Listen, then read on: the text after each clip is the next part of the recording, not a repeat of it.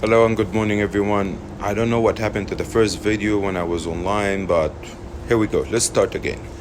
What we see today didn't just start in Wuhan in November and the Chinese government covered up till January, and here we are, the whole world is pretty much watching. Where we here today started back in the 80s. In the 80s, when Ronald Reagan came to be the president of the United States. Early in the 80s, unemployment in the US was 10%. And the manufacturers, the industrials were closing out. At that time, the Japanese were the second largest economy in the world. So Ronald Reagan went and sat with them and like, hey buddy, we need to talk about this. We need to depreciate the dollar. You need to appreciate the yen at that time. So this way the US can actually do more exports, that we can sell more to the world, so we can create jobs.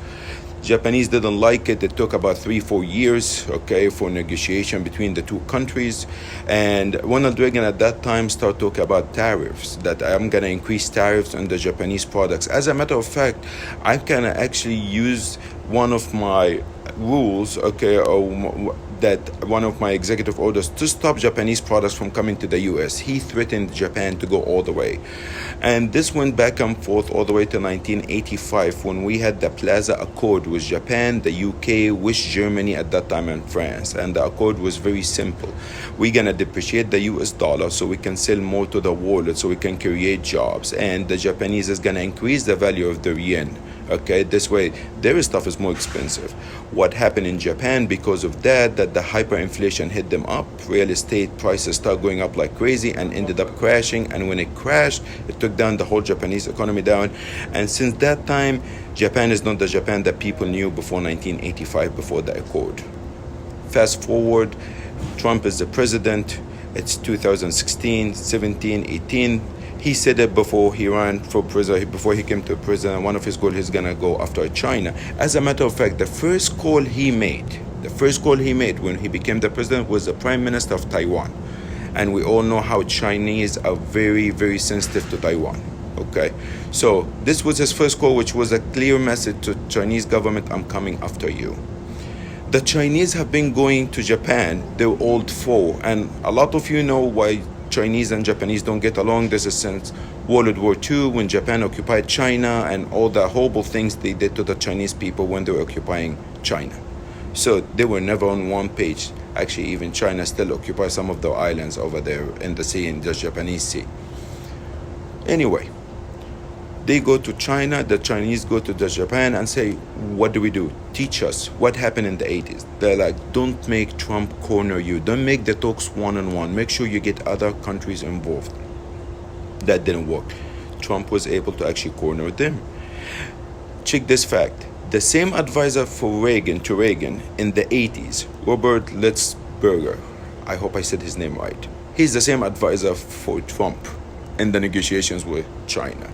He's the same advisor who came up with the tariffs.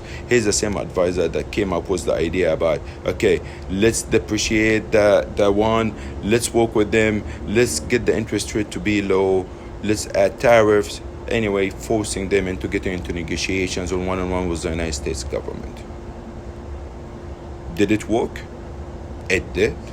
January. And during these 2 years, the markets were up and down. The media was up and down. Trade war with China, trade war. And people forgot what happened with Japan. The Chinese or Japanese, no one in this world can actually twist our arm, for a very simple fact is we are the largest client of theirs.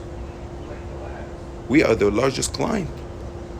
We're the one that actually buy the most from them. We have the most powerful purchasing power in the world.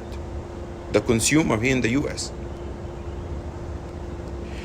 November is when the virus starts spreading, the news about the virus starts spreading, right? But actually didn't spread because Chinese government make sure that they hunt down every doctor, any whistleblower in China who will say about the virus. And the whole world know this. You even see the message from the doctor, the first one who ran away for his life, and he tried to hide. He tried to tell about the virus and he died. How? We don't know. Chinese government just a couple of days ago stopped provoking all American news channels and media licensed to work in China because they don't want the world to know what's happening in China. A month ago, the FBI opened investigation more than 1,000 cases and made arrests to the head of the chemical and biological department in Harvard University for working for China and trying actually to smuggle some chemical out of the US to China. Now, I don't know if the media see this and they're acting stupid, or the politicians, because a lot of them are getting donations from China. But I don't know also if all of you know that China have been supporting most of the scientists, a lot of the scientists, I'm not going to say most, a lot of the scientists across the US, donation a lot of money. The 1,000 Talent Project works secretly for China around the world, support Chinese government, get them the technology. Also, a lot of you don't know that the Chinese investors have been the most people buying high expensive real estate, whether it was the Waldorf Astoria in New York, and I was there that day when it was sold 2 years ago for $2.1 billion in New York. They are buying the trophies. They are buying our trophies. They are buying the real estate. West Coast and East Coast. Most of you who are real estate agents who deal with $1 million plus homes will know what I'm talking about.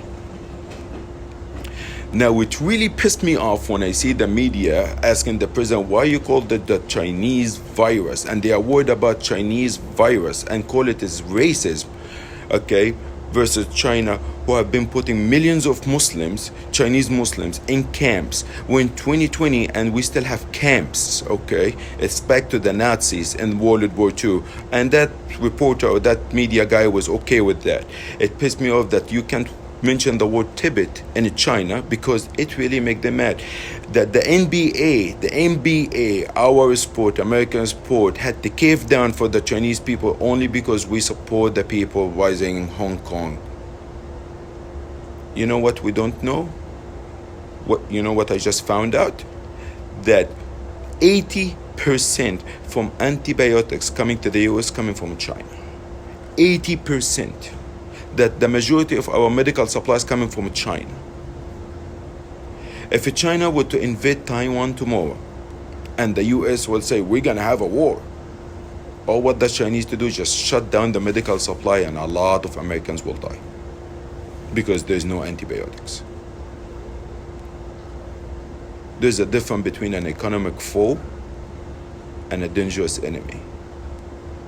And this is the time for our leadership to show that, bring back all these medical manufacturers back to the US.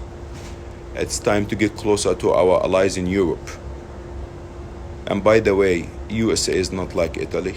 The death rate in the USA hopefully is not gonna be Italy. Again, I'm not a doctor, but I know that Italy have the highest old population in Europe, that the average people dying in Italy is 81 years old.